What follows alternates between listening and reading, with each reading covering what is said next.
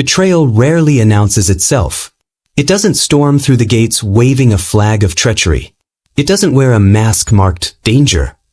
No, betrayal slips in quietly, wearing the familiar face of a friend, the warm voice of an ally, the steady presence of someone you thought you could trust. It agrees with you. It stands beside you. It shares your victories. And when your guard is finally down, when you've relaxed enough to believe they're on your side for good, that's when it strikes. Niccolò Machiavelli understood this better than anyone in history. He wasn't naive enough to think betrayal only came from enemies. He knew it came from the people you let closest, the ones with access to your inner circle, your private thoughts, your hidden vulnerabilities. He studied it in courts, on battlefields, in politics, and in personal alliances. He dissected it like a surgeon, breaking down not just why betrayal happens, but the quiet, predictable signs that almost everyone overlooks until it's too late. And here's the truth he left us. Most people aren't betrayed because they're weak. They're betrayed because they choose to ignore the patterns. Because they mistake flattery for loyalty. Because they confuse closeness for safety. That's why this video exists, not to make you paranoid, but to make you prepared.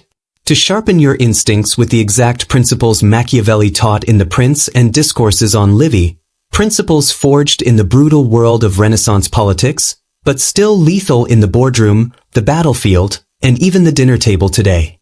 We're going to break down 5 Machiavellian signs that someone is not with you, even if they claim to be, even if they smile in your face, even if they've stood beside you for years. Signs that are as relevant in modern life as they were in the power struggles of Florence 500 years ago. Why the stakes are higher than you think. Let's get something clear from the start. Betrayal isn't just a hurt feelings problem. It's not just about someone disappointing you or breaking a promise. In the Machiavellian world, betrayal is a threat to survival, political survival, financial survival, even physical survival. And if you don't recognize it early, you don't get a second chance to defend yourself. If you miss the signs, here's what happens. The colleague you mentored positions themselves to take your job. The business partner you trusted maneuvers to push you out. The friend you confided in leaks your secrets to gain favor elsewhere. The family member you thought would defend you sides with your rival when it counts. Machiavelli would say this is not bad luck. It's bad preparation. Because betrayal follows patterns, and those patterns can be spotted. But here's the dangerous part. Most people wait until betrayal becomes undeniable before they act. They wait for the knife in the back, the public humiliation, the overt sabotage. But by the time it's visible, the damage is already done. The deal is lost. The reputation is ruined. The power is gone. Machiavelli's warning was simple. If you wait until the betrayal is visible to act, you have already lost. And history proves him right. From Julius Caesar's assassination to the collapse of political dynasties, from corporate boardroom coups to quiet friendship implosions, betrayal doesn't destroy you in the moment it happens. It destroys you in the weeks, months, and years you spent ignoring its buildup. Why betrayal comes from the inside. Let's kill a popular myth right now. Your enemies are not the ones you need to watch most closely. Your enemies are predictable. They oppose you openly. You see their moves. You expect their attacks. The real danger comes from the people with proximity. The ones who know your weaknesses, your blind spots, your routines. The ones who've been allowed close enough to strike where it hurts most. This is why Machiavelli insisted that leaders should be cautious with those in their inner circle, not because trust is impossible, but because trust without verification is suicide. He argued that power is not lost in the moment of open rebellion. It's lost in the slow erosion of loyalty while you're too comfortable to notice. And here's the twist that makes this truly dangerous. Betrayal doesn't always come from hatred. In fact, it rarely does. It comes from shifting interests, from ambition, from opportunity. A person who once stood by you can turn simply because their path no longer aligns with yours. And if you haven't noticed the signs, you'll never see it coming. What we're about to do. In the next sections, we're going to break down the 5 signs Machiavelli would tell you to watch for, each one a subtle, behavioral indicator that loyalty is rotting beneath the surface. These signs aren't vague personality red flags or pop psychology cliches. They're precise patterns drawn from centuries of political intrigue, corporate sabotage, and personal power struggles. For each one, we'll look at how Machiavelli identified it in history, how it appears in modern relationships, workplaces, and alliances, the strategic steps you can take to test and confirm your suspicions before it's too late. Because this is the core Machiavellian advantage. Not reacting faster, but recognizing earlier. Not confronting emotionally, but acting strategically. Not hoping loyalty will hold, but making betrayal impossible to benefit from. Shadow obedience. Silence doesn't always mean peace. Compliance doesn't always mean loyalty. And in Machiavelli's eyes, the quiet follower who suddenly stops resisting you is far more dangerous than the loud opponent who openly challenges your decisions. He had a name for it, though not in the exact modern terms we'd use today. We'll call it shadow obedience, the performance of loyalty without the substance. It's the art of appearing to submit while quietly building the conditions to replace you. Why silence is not safety. In The Prince, Machiavelli wrote about newly conquered territories and demoted allies. He observed that when someone is forced into a subordinate position, whether through defeat, loss of influence, or restructuring, their immediate instinct is to play along. They smile. They act agreeable. Not because they've embraced your leadership, but because they haven't rebuilt their strength yet. And until they do, they keep their head down. That's why Machiavelli warned. The injury must be done all at once, lest he recover the ability to retaliate. In other words, if you've had to strip someone of power, you can't assume their quietness means the threat is gone. Often it means the opposite. The threat is waiting. Historical blueprint. Cesare Borgia's lesson. Machiavelli illustrated this with the story of Cesare Borgia's rule in the Romagna. When Borgia seized control, he installed a brutal governor to carry out the necessary cruelties that would pacify the region. The people obeyed, but their obedience was forced and temporary. Once order was restored, Borgia had the governor executed in a public spectacle, not out of sadism, but to erase any figure who might challenge his authority later. The lesson? A cunning leader knows that the most dangerous enemy is not the one who shouts, but the one who waits in the shadows, smiling until the right moment to strike. Modern shadow obedience. In today's world, this doesn't always look like medieval political coups. It's more subtle, but the psychology is the same. Think about the colleague who once openly debated you in meetings but now only nods along. The business partner who used to bring fresh ideas but now just echoes yours. The friend who used to offer honest feedback but now tells you you're always right.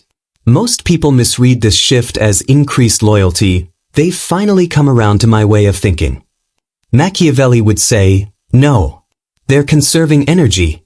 But because challenging you in public exposes their position before they're ready. Shadow obedience buys them time. It earns your trust while they gather resources, allies, or information. The illusion of agreement. Here's the trap. Humans naturally enjoy being agreed with. We mistake it for validation. We interpret lack of pushback as support. And in leadership roles, this is intoxicating, especially after periods of conflict or dissent. But in Machiavellian strategy, agreement without contribution is a red flag. It means the person is no longer invested in the shared cause. They're invested in their own timeline. And if their future no longer requires you, the silence is just cover until the shift becomes irreversible. How to test for shadow obedience. Machiavelli's solution was brutally simple. Disrupt the script. In The Prince, he advised rulers to introduce sudden changes in direction, strategic pivots, unexpected decisions, new priorities, and then watch how their allies react. The genuine loyalist will adapt quickly, ask clarifying questions, or even challenge the shift out of genuine concern. The shadow obedient will flinch, stall, or scramble, because their strategy was built around the predictable version of you, not the unpredictable reality.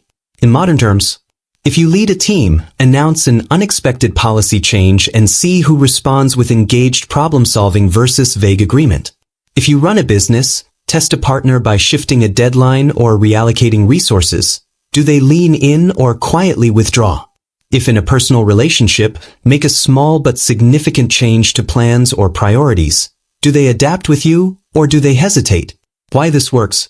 Shadow obedience thrives in stable, predictable environments where the betrayer can plan in comfort.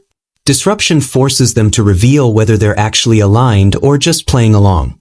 Machiavelli understood that genuine loyalty is resilient.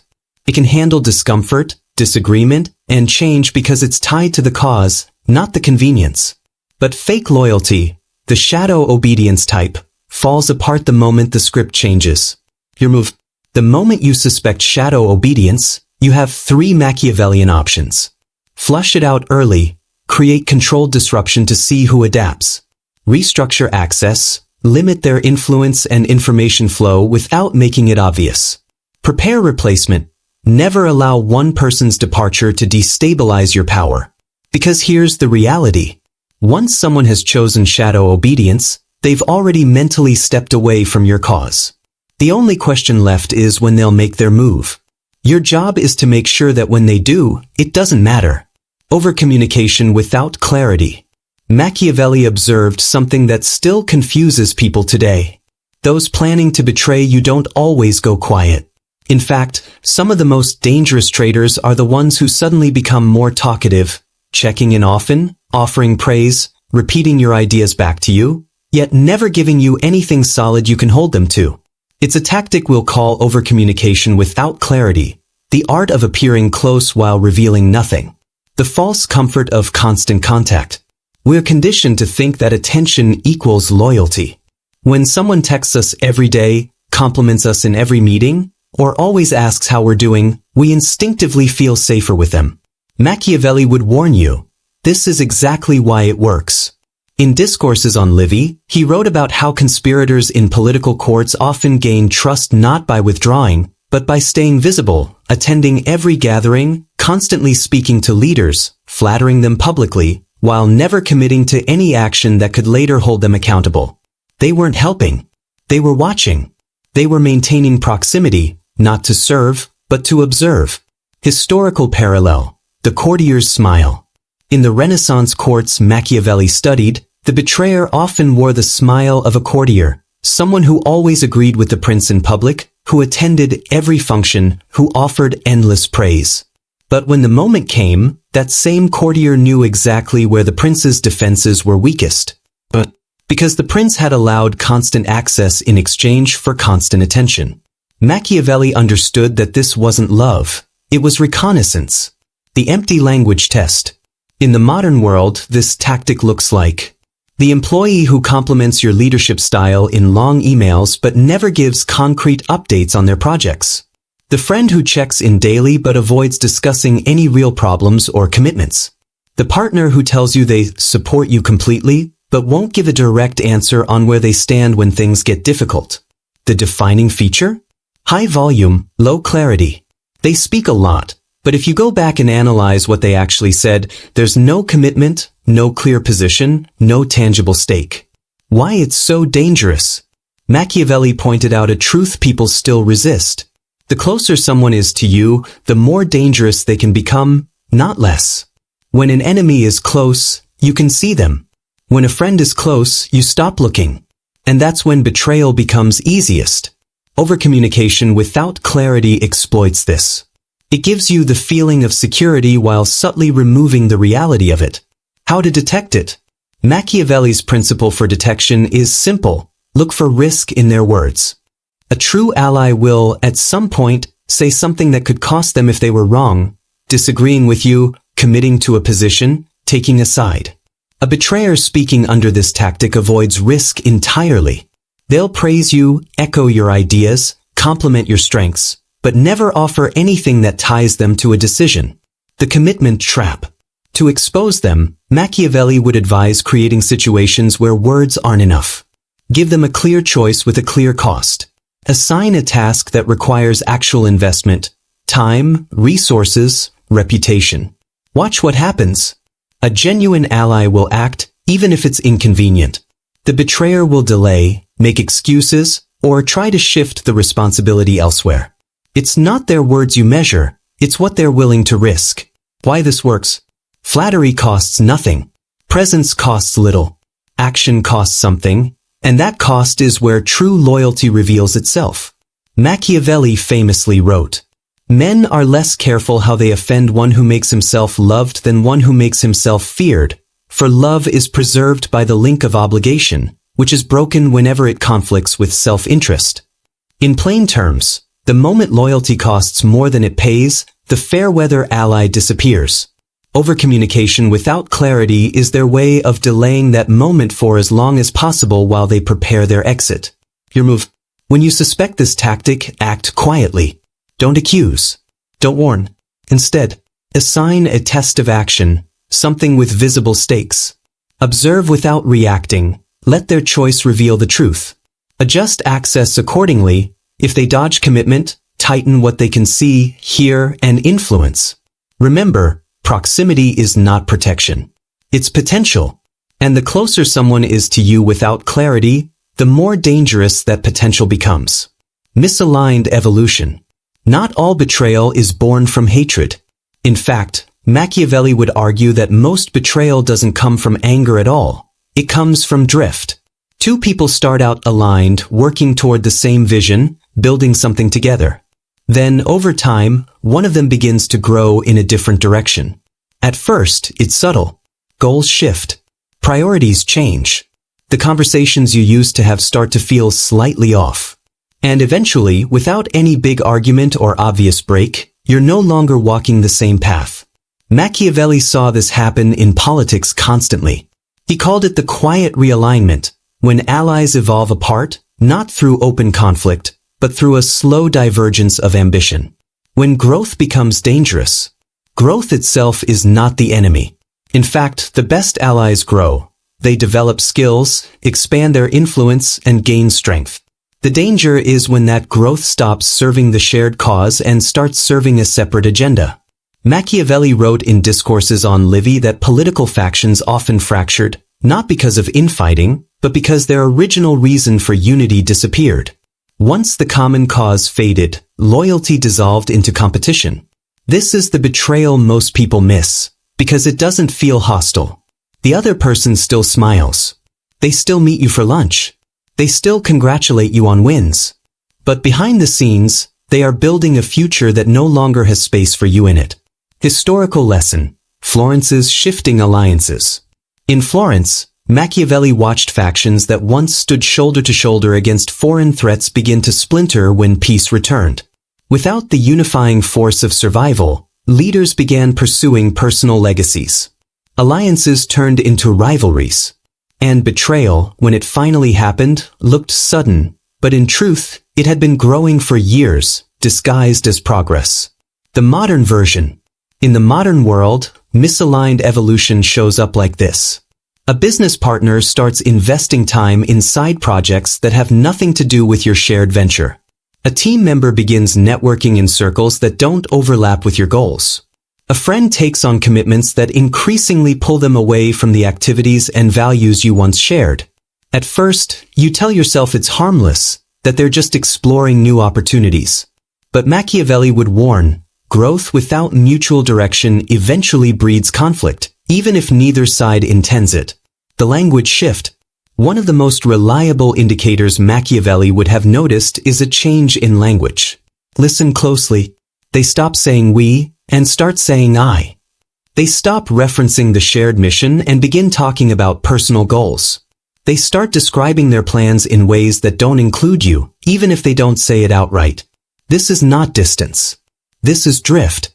And drift is where betrayal takes root. Why it's hard to see. We want the people around us to grow. We encourage it. We celebrate it. So when growth becomes misaligned, our instinct is to ignore the warning signs. We tell ourselves it's temporary, that things will realign later, that we can still count on them when it matters. But Machiavelli would call this a fatal softness. Because by the time someone's ambitions have fully shifted, their loyalty is already gone, even if their smile remains. Testing alignment. The test here is straightforward but uncomfortable. Bring the vision back to the center. Lay out clearly where you're going and what it will take to get there. Then ask directly, are they still committed to that path? And here's the key, don't just listen to the answer. Watch the energy. Genuine alignment shows up in enthusiasm, questions, and forward movement. Misalignment shows up in hesitation, vague agreement, and subtle withdrawal. If they pause before answering, if they give you a polished but empty, of course, you have your answer, even if they haven't admitted it yet. Your move. When you detect misaligned evolution, you have two Machiavellian choices. Realign the paths. If their new direction can still serve your cause, integrate it strategically. Reduce their influence. If their direction cannot be reconciled, begin limiting their ability to act against you, even unintentionally. Because here's the reality, people rarely announce when they've outgrown you. They just drift, and by the time they make their move, the damage is already in place. Loyalty without roots. Not all loyalty is grown. Some of it is transplanted, arriving suddenly, without history, without deep connection.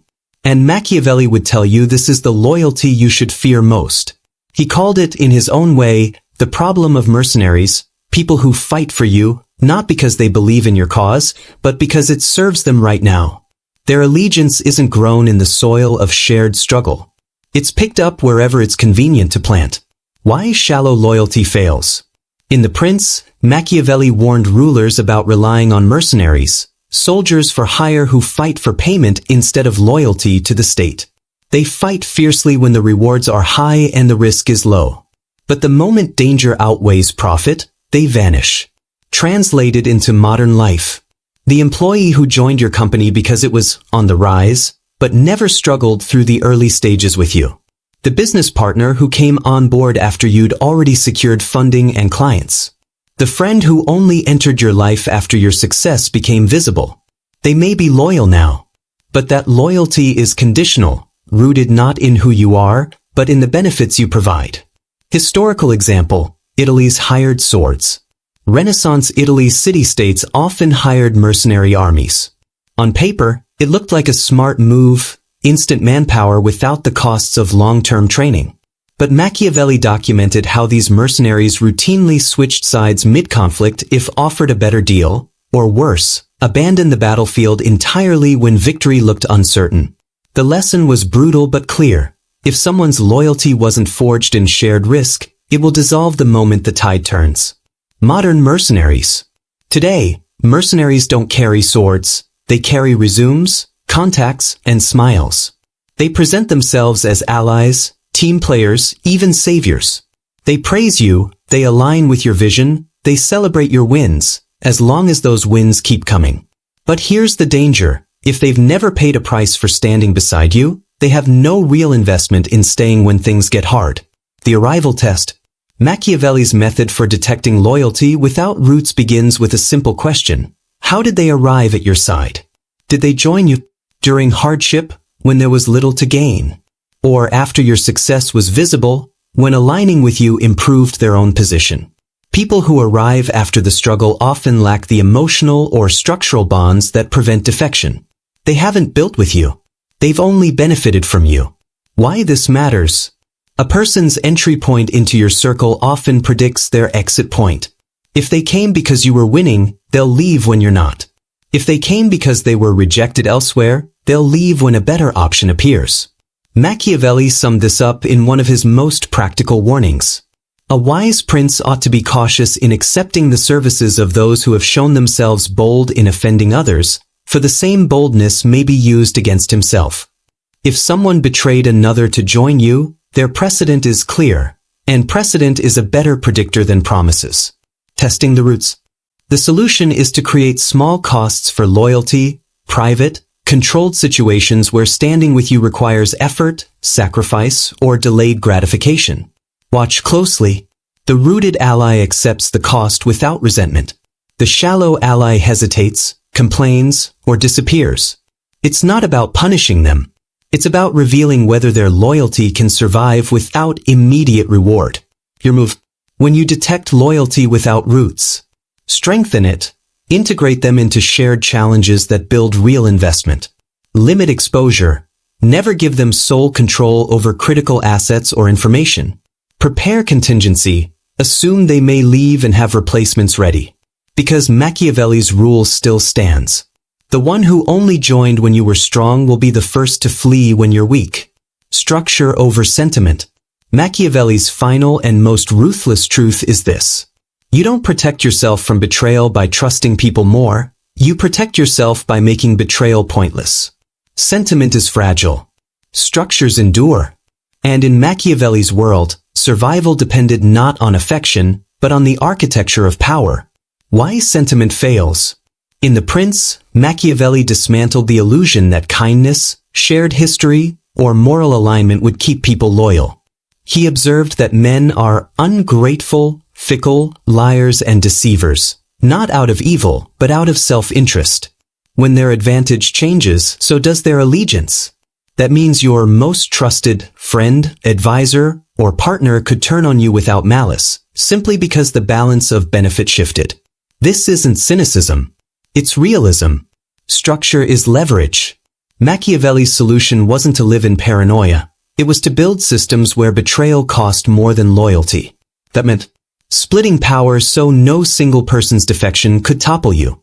Rotating influence so no ally became too familiar with your every move. Designing dependency so that those around you benefited most by keeping you strong. In modern terms, this is redundancy, decentralization, and incentive alignment. Historical example, Ferdinand of Aragon. Machiavelli admired Ferdinand of Aragon for constantly shifting alliances, never letting one faction grow too confident. By rotating who held influence and by dispersing military command, Ferdinand ensured that no one could consolidate enough power to betray him effectively. The brilliance wasn't in punishing disloyalty, it was in preventing it from becoming a viable option. The modern parallel. If you run a business, never let one partner control all the client relationships. If you manage a team, don't let one person be the sole holder of critical knowledge. If you're building a personal network, avoid relying on a single point of connection to important opportunities. When a person's value is tied to you through multiple pathways, removing you becomes self-destructive for them. The silent restructure. When you detect one or more of the earlier signs, shadow obedience, overcommunication without clarity, misaligned evolution, loyalty without roots, Machiavelli would not advise confrontation. He would advise quiet recalibration. Limit their access to sensitive information. Reassign responsibilities so no single role is irreplaceable. Introduce new trusted players into their territory. Redirect key alliances to spread influence. You do this without announcement, without drama. By the time they realize their leverage is gone, it's already too late for them to act. Why this works? Betrayal thrives in environments where one person has concentrated influence. When you design your world so that every role is replaceable, every function has overlap, and every relationship has multiple points of dependency, betrayal becomes a downgrade, not an advantage. When confrontation is necessary. Machiavelli did allow for decisive action, but only when betrayal was public, provable, and dangerous to the perception of your power. In those rare cases, he advised acting with finality, removing the betrayer so completely that no one else would dare to follow their example. But for most situations, the better move is structural exile, erasing their influence so completely that their betrayal, if it comes, has no impact. Your move. Structure over sentiment means design dependency, ensure key people benefit more from loyalty than from betrayal. Disperse influence, rotate power, prevent monopolies over critical assets. Remove quietly, when trust is gone, restructure their role until it's irrelevant. Machiavelli's final principle here is simple. He who builds his power on the people must know how to change when the people change. In your world, that means adapting before betrayal has the chance to form, because the only betrayal that can hurt you is the one you allowed to matter. Closing Machiavellian strategy. The 5 signs you've learned: shadow obedience, overcommunication without clarity, misaligned evolution, loyalty without roots, and the absence of structure, are not theories. They're patterns that have ended empires, destroyed businesses, and shattered personal alliances for centuries. The Machiavellian response is not to see enemies everywhere. It's to see patterns early enough that enemies have nowhere to grow. You don't punish betrayal after it happens. You make betrayal impossible to profit from. And in doing so, you make loyalty not a matter of trust, but the smartest move anyone around you can make.